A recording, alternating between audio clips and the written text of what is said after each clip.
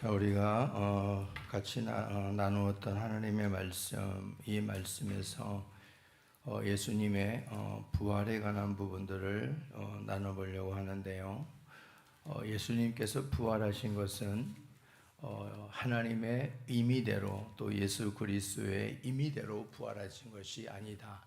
성경대로 부활하셨다 하는 것을 우리가 성경을 통해서 살펴볼 수 있습니다. 사람은 누구나 태어나서 세 가지 관문을 통과하게 된다고 그러죠.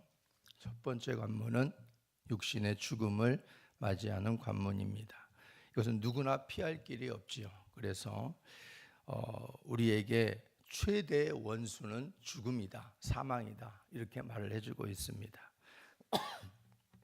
아담과 하와가 범죄하고 난 다음에 인류에게 가장 큰 최대의 나쁜 선물을 선사했지요. 바로 그것이 죽음입니다. 사망인데 에덴 동산에서 아담과 하와가 하나님 앞에 창조되어진 그 몸은 생명이다 이렇게 말해주고 있잖아요. 그것은 영원히 죽지 않는 몸이었다. 그러나 범죄함으로 인해서 죽음을 가진 몸으로 에덴 동산에서 추방이 되어진 것이 우리의 인류의 조상입니다. 그래서 인류는 다 이제 죽음을 가지고 살아갈 수밖에 없는 것이고, 사람이 태어난다고 우리가 기뻐하지만은 사실상 우리가 조금 좀 부정적으로 보면 사람은 죽기 위해서 태어나게 되어져 있는 구조를 갖고 있는 거예요. 어찌 보면은. 그래서 누구나 죽음을 피할 수 없는 것이죠. 히브리서 9장 27절에는 한 번 죽는 것은 사람에게 정해진 것이요 그 후에는 심판이 있으리니 이렇게 말씀해 주고 있어요.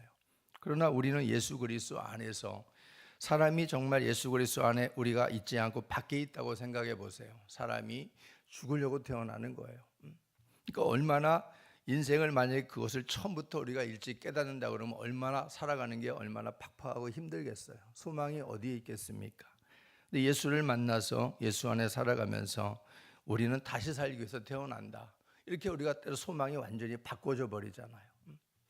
그래서 예수 그리스도 안에서 주님을 만나고 주 안에서 믿음 생활을 한다는 것이 얼마나 큰 은혜인지를 우리가 깨달아야 된다고 하는 것이죠. 두 번째 관문은 누구나 늙는다는 것입니다. 늙지 않은 인생은 없습니다. 젊게 하고 또 이 늙음을 좀 저지시키려고 온갖 어떤 과학적인 또 유전자적인 이런 부분들을 변형을 시키고 그야말로 온갖 노력을, 수단과 방법을 가리지 않고 있는 세상이지만은, 그러나 이 늙는다는 것은 결코 속도는 줄일 수 있을지 몰라도 이것을 변개시킬 수는 없다는 것이지요.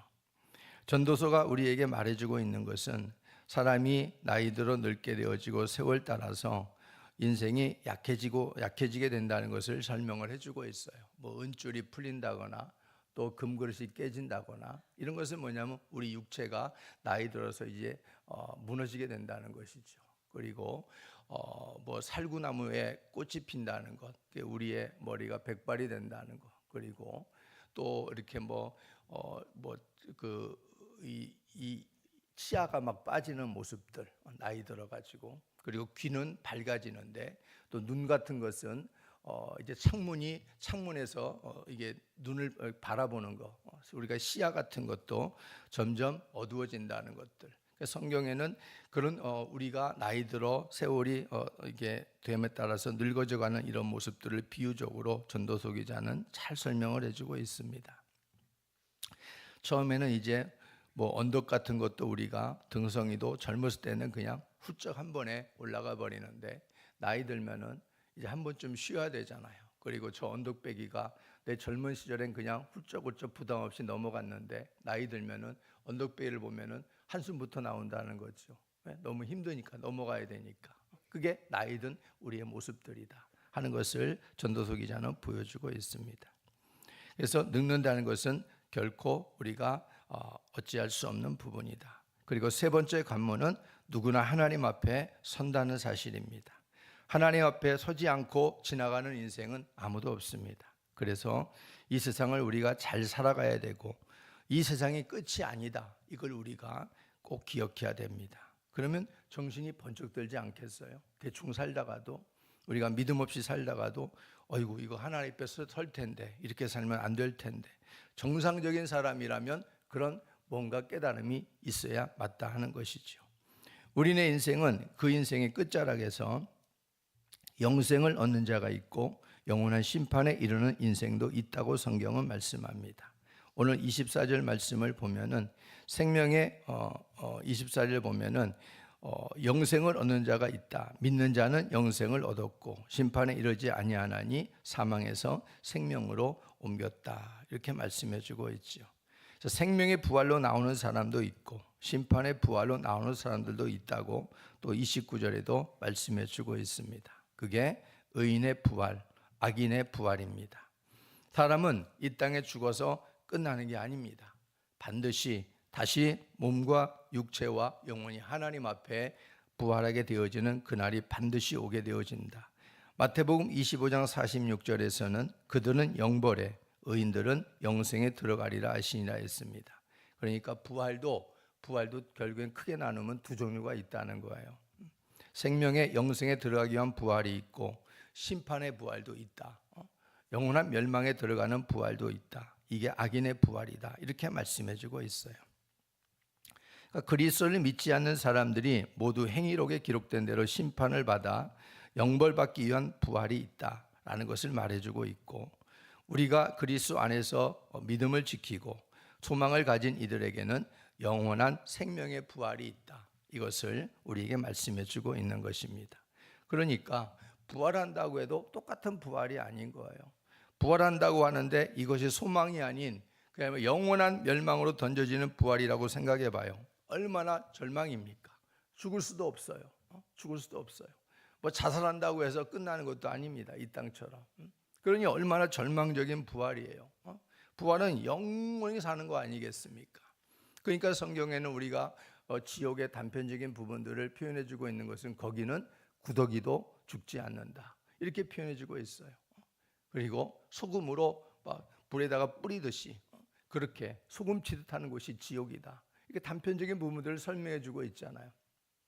이런 곳에서 우리가 영원히 산다고 생각해 봐요. 이건 정말 하나님의 아주 지독한 형벌인 것이죠. 이것을 누가 견딜 수 있겠어요? 그래서 하나님은 우리에게 사는 동안을 기회를 주신 거예요. 기회로. 그래서 우리가 믿음 생활에도 한 시간을 믿음 생활을 하고 한 번의 예배를 드리고 우리가 주님 앞에 말씀을 경청해도 우리가 정말 여기에 우리의 생과 사가 구별될 수 있다는 거예요. 갈라질 수 있다는 겁니다. 그러니까 우리가 정신 차리고 예배하고 정신 차리고 하나님 앞에 은혜 받기 위해서 힘을 써야 되는 거예요.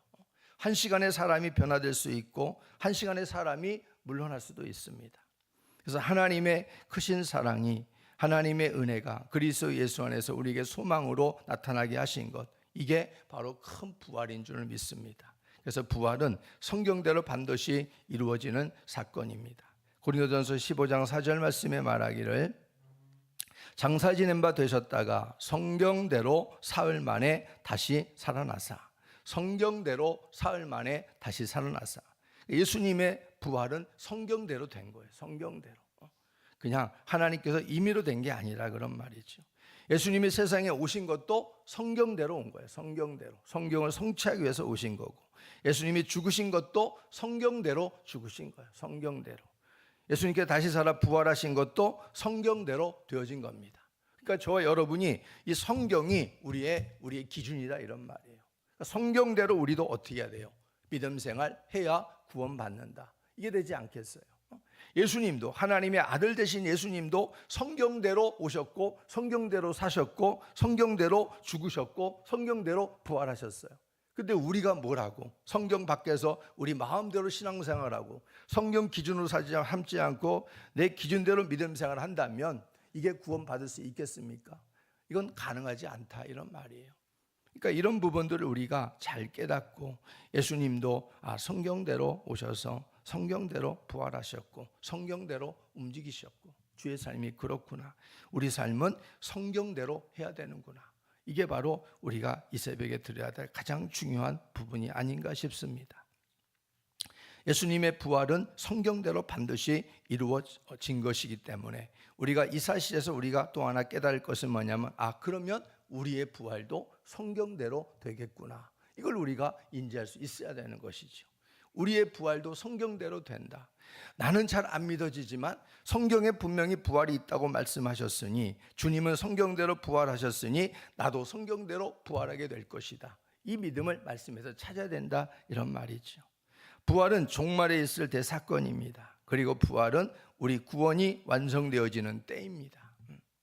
초림으로 오신 주님은 우리가 알듯이 우리 죄를 짊어지시고 자신의 몸을 찢으시고 죽으시러 예수님은 오셨지요. 그리고 그 대속을 다 이루었다, 이렇게 말씀하시고 이루셨습니다. 그러나 다시 오실 재림하실 주님은 우리를 구원하러, 우리의 죄를 용서하시러 오시는 분이 아닙니다. 그분은 바로 이제 심판주로 오신다는 거예요. 심판주로. 이게 무서운 말씀이죠. 하나님이 주신 기회대로 부활의 소망을 가지지 못한 자, 부활의 믿음을 가지지 못한 자들, 그래서 그리스도의 말씀을 무시하고 성경을 무시하고 십자가를 무시하고 외면한 자들을 위한 심판의 주로 오신다는 겁니다. 그리고 주님이 주신 기회의 때에 믿음을 준비한 자들은 바로 구원으로 이끄시는 분으로 이 땅에 오실 분이 재림주가 되시는 예수 그리스도입니다. 오늘 25절 다시 한번 읽어볼까요? 시작. 진실로 진실로 너에게 이르노니 죽은 자들이 하나님의 아들의 음성을 들을 때가 오나니 곧 이때라. 듣는 자는 살아나리라. 28절. 이를 놀랍게 여기지 말라. 무덤 속에 있는 자가 다 그의 음성을 들을 때가 오나니. 그때 맞이할 주님은 하나님 아버지로부터 심판의 권세를 가지신 분으로 오시게 되어지는데, 그때 보게 되어지면 무덤 속에 있는 자가 음성을 들을 때가 온다, 이런 말이죠. 무덤 문이 열리고 바로 부활하게 되어지는 모습을 말해주고 있습니다. 그렇기 때문에 어떤 우리가 부활로 주님 앞에 설 것인가, 어떤 부활로 주님을 맞이하게 될 것인가는 우리에게 달려져 있는 것이죠. 하나님의 은혜를 입고 살아가는 우리들. 그래서 심판주로 오시는 주님 앞에 우리는 주님 앞에 믿음 준비, 구원 준비, 부활의 소망을 잘 준비할 수 있는 우리 신앙이 되기를 주의 이름으로 축복합니다.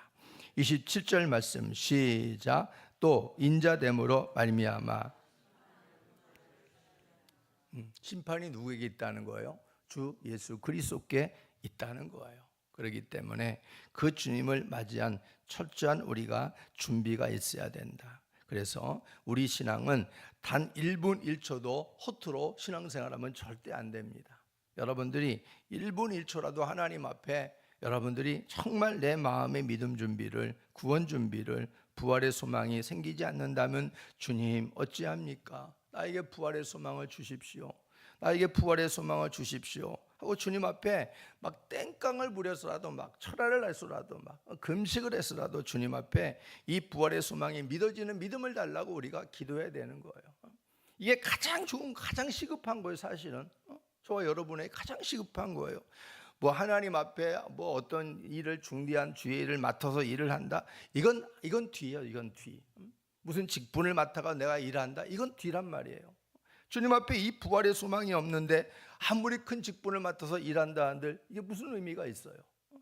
그 우리가 하나님 앞에 먼저 주님과 나와의 관계에서 오늘 부활의 새벽을 통해서 여러분의 자신의 신앙을 한번 돌아볼 수 있도록 여러분의 마음을 열고 그 주님을 향할 수 있었으면 좋겠습니다. 시편 42편 5절에 말씀하기를 내 영혼아 내가 어찌하여 낙심하며 어찌하여 내 속에서 불안해하는가.